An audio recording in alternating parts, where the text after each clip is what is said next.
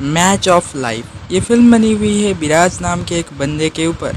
विराज विराट कोहली के जैसा दिखता है, लेकिन वो अपने फेस का गलत इस्तेमाल करके एक बहुत बड़े मुसीबत में पड़ जाता है। और क्या वो इस मुसीबत से छुटकारा पाता है या नहीं, ये जानने के लिए आप इस एक्सप्लेनेशन को अंत तक देखिए। फिल्म की शुरुआत में हम विराज नाम के बंदे को देखते हैं, जो हूबहू विराट कोहली की तरह दिखता था।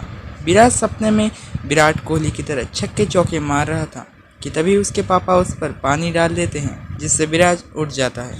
उसके पापा उसे कहते हैं कि विराट की तरह दाढ़ी मूंछ रखने से तू विराट नहीं बन जाएगा। विराज दिखता तो कोहली की तरह ही था, मगर वो बच्चों से भी खराब खेलता था। विराज का एक दोस्त है जिसका नाम है अर्जुन। अर्जुन फाइट करता था। एक दिन अर्जुन से लड़ने एक हट्टा कट्टा पहलवान आता है। उसे देखकर अर्जुन डर जाता है। वो विराज से कहता है, मुझे यहाँ से निकाल ले, वरना ये राक्षस मेरा बुरा हाल कर देगा। विराज अर्जुन को लड़ने के लिए मोटिवेट करता है, लेकिन फिर भी अर्जुन उस पहलवान के सामने टिक नहीं पाता। वो पहलवान अर्जुन को उठाकर नीचे पटक देता है। वो अर्जुन के माँ के बारे में बुरी बातें करता है।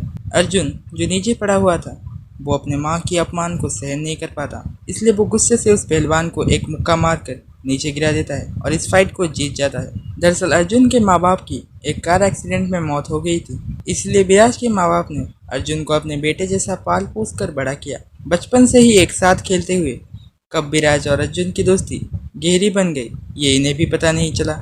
विक्की सेठ अर्जुन को फाइट जीतने के बदले पैसे देता है। वो उसे कहता है, अगले हफ्ते तेरी एक और फाइट है, उसके लिए तैयार रहना। लेकिन अर्जुन उसे मना करते हुए कहता है, अब मेरे कॉलेज शुरू हो रहे हैं, इसलिए मैं कॉलेज खत्म होने के बाद ही फाइट करूंगा। विराज के घर में एक नौकर भी है जिसका नाम है गुटली।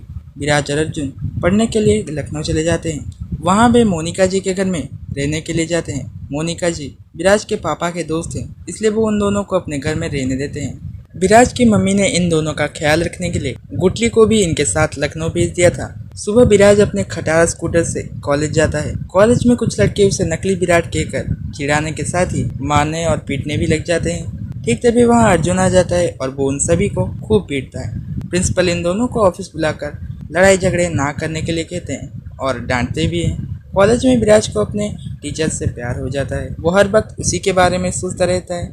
एक दिन तो हद ही हो जाती है। विराज एक लड़के को अपनी टीचर समझकर किस कर रहा था, तभी वहाँ पर अर्जुन आ जाता है और वो विराज को रोक लेता है। विराज केले खरीदने जाता है, जहाँ केले बेचने वाला उसके साथ सेल्फी ले लेता है। विराज पार्क में एक लड़की को घूर रहा था।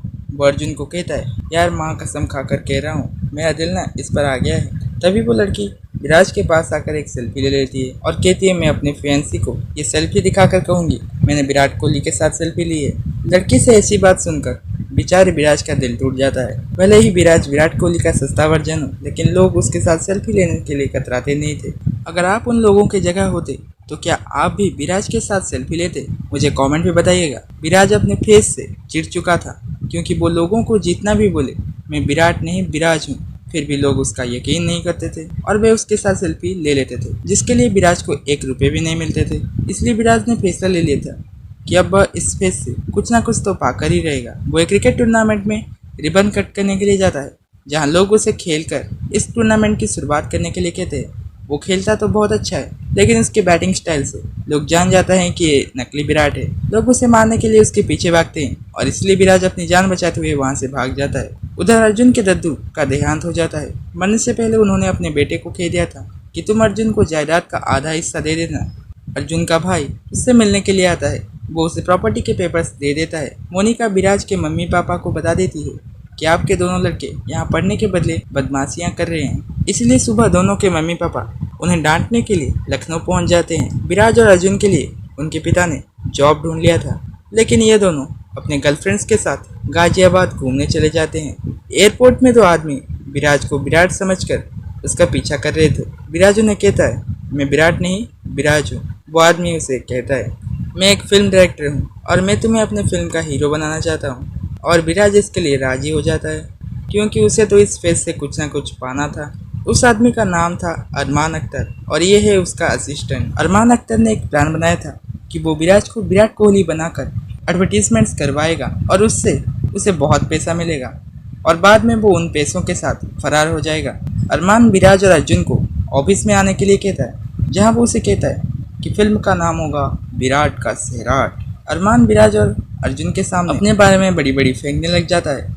जब शूटिंग का टाइम आता है तब अरमान जैसे तैसे करके अर्जुन को वहाँ से भगा देता है, क्योंकि वो जानता था अर्जुन उसके काम में बाधा डालेगा। अरमान विराज को विराट बनाकर शादी, बर्थडे पार्टी और छोटे छोटे दुकान के एडवर्टीजमेंट्स बना लेता है। एक दिन अर्जुन देखता है उसका दोस्त एक शादी में नकली विराट बनकर आया है, इसलिए वो विराज को अपने फेस का गलत इस्तेमाल ना करने के लिए कहता है, लेकिन विराज उसकी एक नहीं सुनता। विराज को अरमान के असिस्टेंट निकिता से प्यार हो गया था।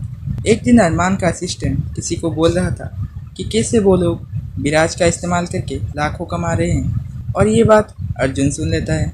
वो विराज को इन सब के बारे में बता देता है, लेकिन विराज उस पर यकीन ही नहीं करता।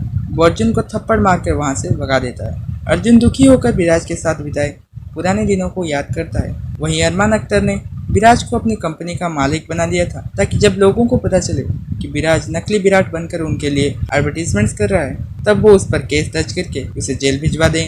निकिता अब विराज से प्यार करने लगी थी और वो नहीं चाहती थी कि उसका आशिक जेल जाए, इसलिए वो उसे बता देती है कि अर्जुन ने तुम्हें सच कहा था, अरमान अख्तर तुम्हारे साथ फ्रॉड कर रहा है। 2 दिन के बाद तुम्हारा आखिरी शूट है, उसके बाद वो लोग पैसे लेकर यहाँ से फरार हो जाएंगे। विराज अर्जुन से माफ़ी मांगता है और ये दोनों फिर से अच्छे दोस्त बन जाते हैं। कुछ गुंडे अरमान और उसके असिस्टेंट को उठा लेते हैं। वो उनसे पैसे मांगते हैं तो अरमान उन्हें कह देता है पैसे तो विराज के पास है। अर्जुन अपने हिस्से की प्रॉपर्टी बेच देता है, ताकि अरमान ने जिन लोगों से पैसा लिए है वो उन लोगों को पैसे लौटाकर अपने दोस्त को जेल जाने से बचा ले। लेकिन इससे पहले कि वो उन लोगों को पैसे लौटाते, तब तक गुंडे उसके परिवार को किडनैप कर लेते हैं। वो गुंडे विराज को धमकी देते हैं 2 घंटे के अंदर आर शूट कर ले, और हाँ, अगर तूने ये बात पुलिस को बताई तो मैं तेरे परिवार को मार दूंगा। विराज स्टूडियो जाता है, लेकिन वहाँ वो शूटिंग ना करके खाना खाने लगता है, और उस दौरान अर्जुन गुंडों की धुलाई करके अपने परिवार को बचा लेता है। और विराज ने शूटिंग नहीं की थी, इसलिए वो जेल जाने से बच जाता है। उसके बाद एक डायरेक्टर अर्जुन और विराज को अपने फिल्म में हीरो का रोल देता है, और ये फिल्म यहीं पर ख़त्म हो जाती है। इस वीडियो को बनाने में मुझे 1 हफ्ते से भी ज़्यादा का समय लगा है, लेकिन आपको लाइक करने के लिए 1 सेकंड भी नहीं लगेगा, इसीलिए प्लीज़ इस वीडियो को लाइक कर दीजिए।